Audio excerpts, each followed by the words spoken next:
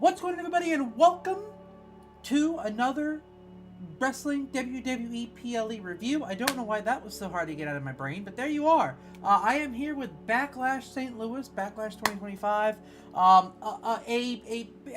premium live event that everyone's been bitching about because of lack of build, and based on the internet reactions to this show, I'm going to assume most people simply watch WWE shows with the intent to bitch and complain and find the smallest minute detail to bitch about. So what we're going to do in addition to my review here is we're going to talk about some critiques that some people have said about the matches, and I want to hear what you guys think, and I'm going to give my opinions on them. Mostly to fill up time because, honestly, I don't have a lot of reviews for this one because a lot of my friends have been very busy. It's that busy time of the year. My buddy David is still in Japan. He comes back this week.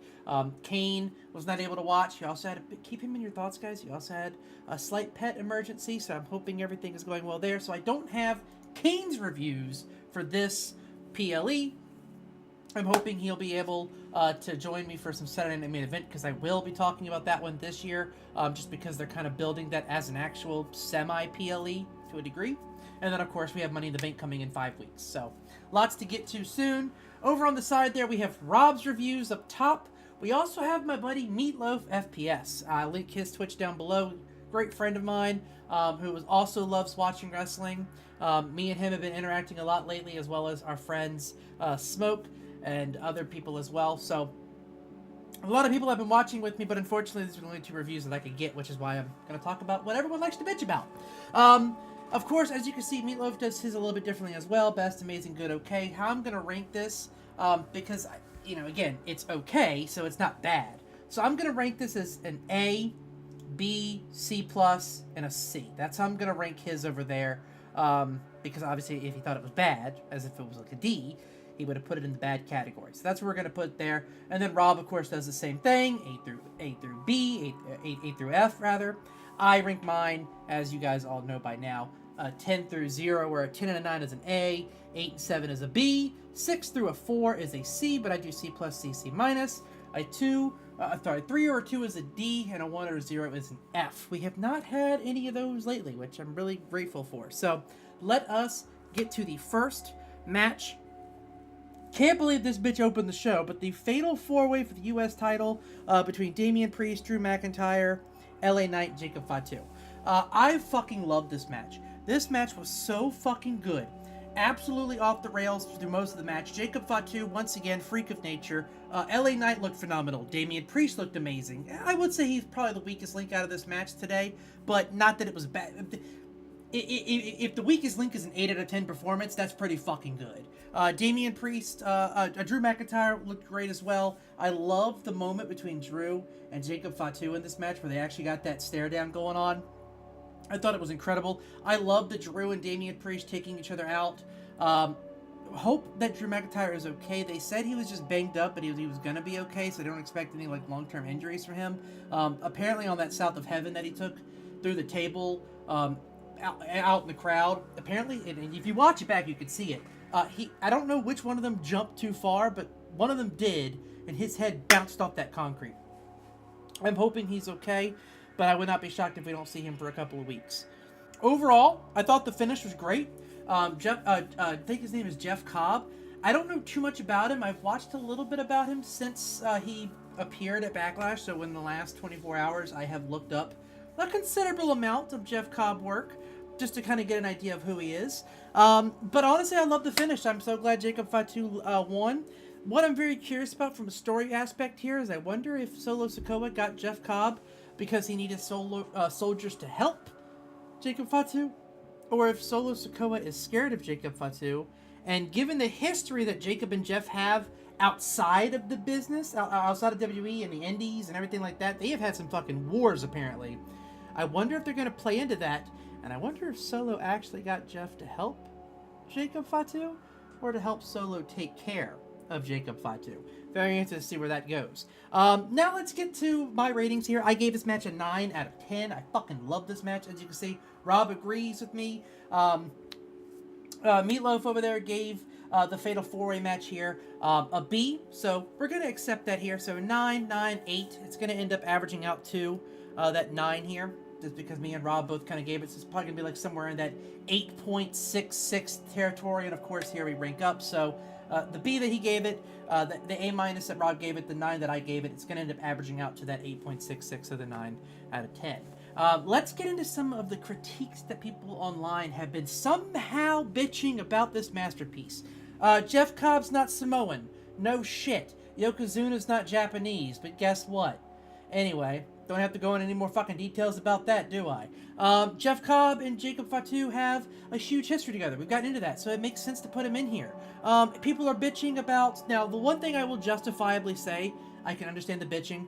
Jeff Cobb, I believe, is 47 years old. You just fired Dakota Kai, and part of the reason for releasing her was because of her age. Now, injuries play a huge role in that. She's injured about every 4 months. So I can understand why WWE would prefer to spend that money on someone who is less injury prone. I love Dakota Kai. I've been very vocal about how much I love Dakota Kai here. I think she might come back to WWE at some point in the future.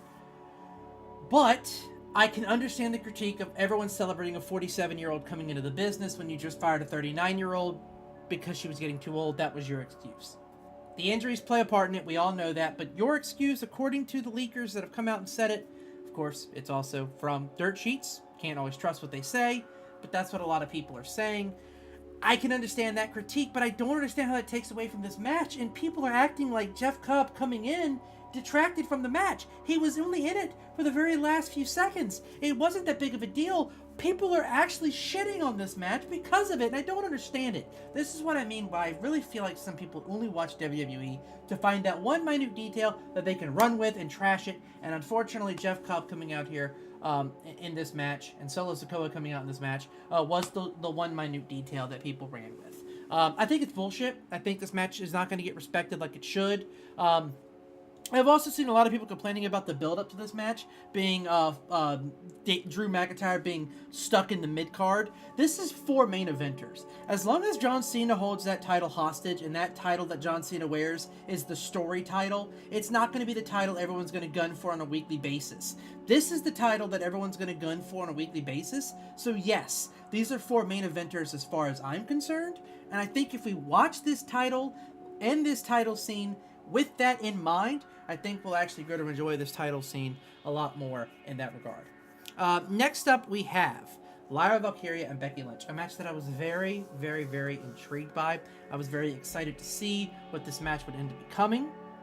This match was, in my opinion, an absolute slobber knocker of a match. I fucking loved the interaction between these two. I thought that the chemistry was off the chain for these two. This was by far Lyra's best match in the entire WWE. That includes their NXT match for the NXT Women's title that Lyra also beat her on. It's really nice that Becky Lynch has a young up-and-coming boogie woman that she can't seem to beat. Lyra Valkyria is now 2-0 against her. Both matches have been absolutely bangers.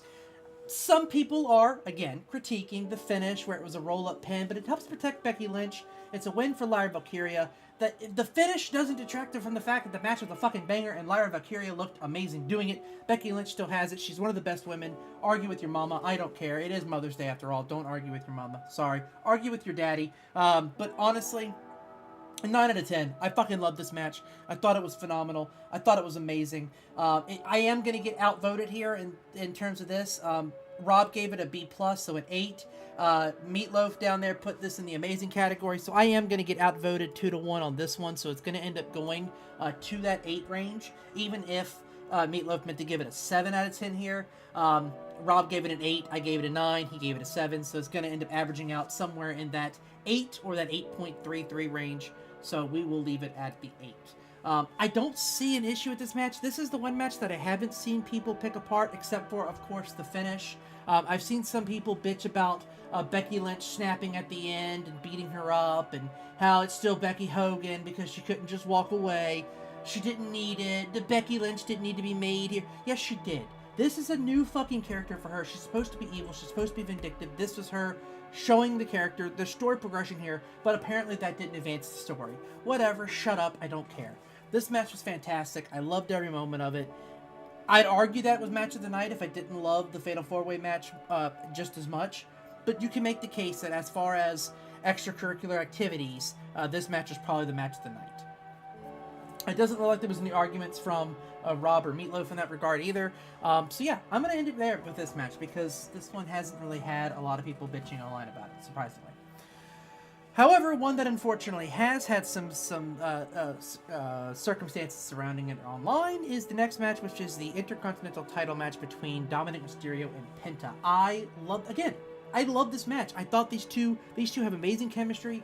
Penta looked amazing. I love the touch of Dominic Mysterio hitting the Oblivion. That's a great touch. You don't see that too often in the WWE. I loved that the men taking the women's moves and using them in honor of them. Loved it. Thought it was great. I thought Penta looked amazing. Penta's looked amazing in every match he's been in. Besides the first match when he was a little bit shaky and it looked like he was a little nervous, I thought he's been great ever since then. Penta's never put on a bad match. He is a consistent weekly worker, and I love seeing his matches. I would not have been against him winning, but I knew he wasn't going to. He's going to need backup, and I would not be shocked if old Rey Fenix isn't the backup that he's going to be getting soon. But I love the match. The extracurriculars got a little bit ridiculous, but it was interesting once again to see Finn kind of fuck the Judgment Day to a degree. They almost lost. If it wasn't for El Grande Americano headbutting Penta at the end, I think Dom loses this match. Finn Balor took too long to get going. He got the Judgment Day thrown out of the match. He almost cost Dominic Mysterio, and I think, again, it's going to add another layer to this Dominic Mysterio-Finn Balor rivalry. I do still think that Finn Balor is going to be the one to take the title off of Dom, and I know a lot of people don't like predictable finishes, but I think Dominic Mysterio needs at least one more title reign win before he fights Finn Balor. I don't know exactly when that would be. Is that at Saturday Night Main Event? Is that at Money in the Bank? Is that on Raw? I don't know, but I really feel like Dominic Mysterio needs at least one more big win to cement himself with the Intercontinental title reign for this first reign here before Finn Balor takes it on off. And maybe Finn Balor takes it at SummerSlam, and maybe Dominic Mysterio carries it until then. I'd be okay with that option. But again, people are bitching about El Grande Americano being involved in this match, and it's just like, do you guys just want to bitch about everything? Because it's the same accounts over and over and over again. Listen, I work with a lot of Hispanics. I work with a lot of Hispanics from different Latino countries. None of them have a problem with him. The only people that bitch about Grande Americano are white people. Stop virtue signaling, all right? Just stop it. For the love of God, just stop virtue signaling. Stop being offended for other people for 5 seconds, okay? No one else has a problem with it. He is the heel for the luchadors. Just deal with that. Just hate him. Boo him. You're supposed to boo him. He's a fucking heel. But all this, this is the worst gimmick in the world. This needs to end. Why? So Chad Gable can go back to being generic heel 101 again? He finally has character development. Finally has character depth in this regard, and you guys are just bitching about it like always. Anyway, I gave this match an 8 out of 10, mostly because I felt like by the time it did hit its crescendo, if you will, that's when things got a little bit shenanigan-y in the bad way with the Judgment Day and took away from the match. So I gave it an 8 out of 10. It was nothing bad. 4-star match. It was great. As you can see, it looks like Rob agreed, gave it a B as well. And then Meatloaf over there gave this match a good. So if we're sticking with that being a C, it looks like he probably gave it like a 6. I gave it an 8. Rob gave it a B. So I'm fine with putting this at the 7 range. It's still a good match. It's still a B. A lower B, but still a B. A 3.5-star match, if you want to translate these numbers to star ratings, you're not going to complain about that on a general PLE. So good to go there. Moving on to a match that, Jesus, Lord have mercy, was getting bitched and whined about before the match ever started. And that's Pat McAfee versus Gunther. Again, personally, liked the match. I thought it was a decent contest. I gave it a 7 out of 10, personally. I thought that Pat McAfee being the resilient face that didn't want to go down was a great touch. I thought Gunther kind of playing with his food for a little bit for a while before realizing, okay, I got to take this seriously. Michael Cole getting involved was a great story touch. Everyone wanted to bitch about this not having good stories in it. This is a good story. What did you want Gunther to do? Everyone keeps saying, what's next for Gunther? What's next for Gunther? Shit like this. He's not going to get involved in the world title scene because that's Seth Rollins, Jay, Sammy, CM Punk, Braun Breaker. You're not going to throw fucking Gunther into that. It would totally that would be dumb. That would be dumb shit. That would be dumb shit to do dumb shit. And no, he needs stories. He needs shit to do. This is something. Dude, it was good. The match was fun. The match was entertaining. That's what we watched. Shit. That's what we watched WWE for. But no, you've got so many people complaining about how this should have been a 5-minute squash match or a 3-minute squash match, or Pat McAfee should be retired now, and Gunther's going nowhere. Gunther should go to AEW. Gunther should quit at WWE because they're messing. Just shut up. I hate the internet, man. I have been very vocal about my hate for the internet wrestling community for a while now, and this match kind of cemented how I feel about it in general. I gave the match a 7. It wasn't nothing spectacular. It wasn't nothing world-beating, but it was a decent match. Rob gave it a C. Meatloaf put it in the okay category because, again, it wasn't like a spectacular thing. So, again, I'm fine with putting it at the 6 range here. Kind of where it's going. If okay is a C-, that 5 or 4 range, and I gave it a 7. Rob gave it a C. So it's gonna average out to that 6 area. So, again, I think it fits there. I think it's fine there. But, you know, it was exactly what I was expecting it to be. It's not what other people were expecting it to be, and so that's why they're bitching about it, basically.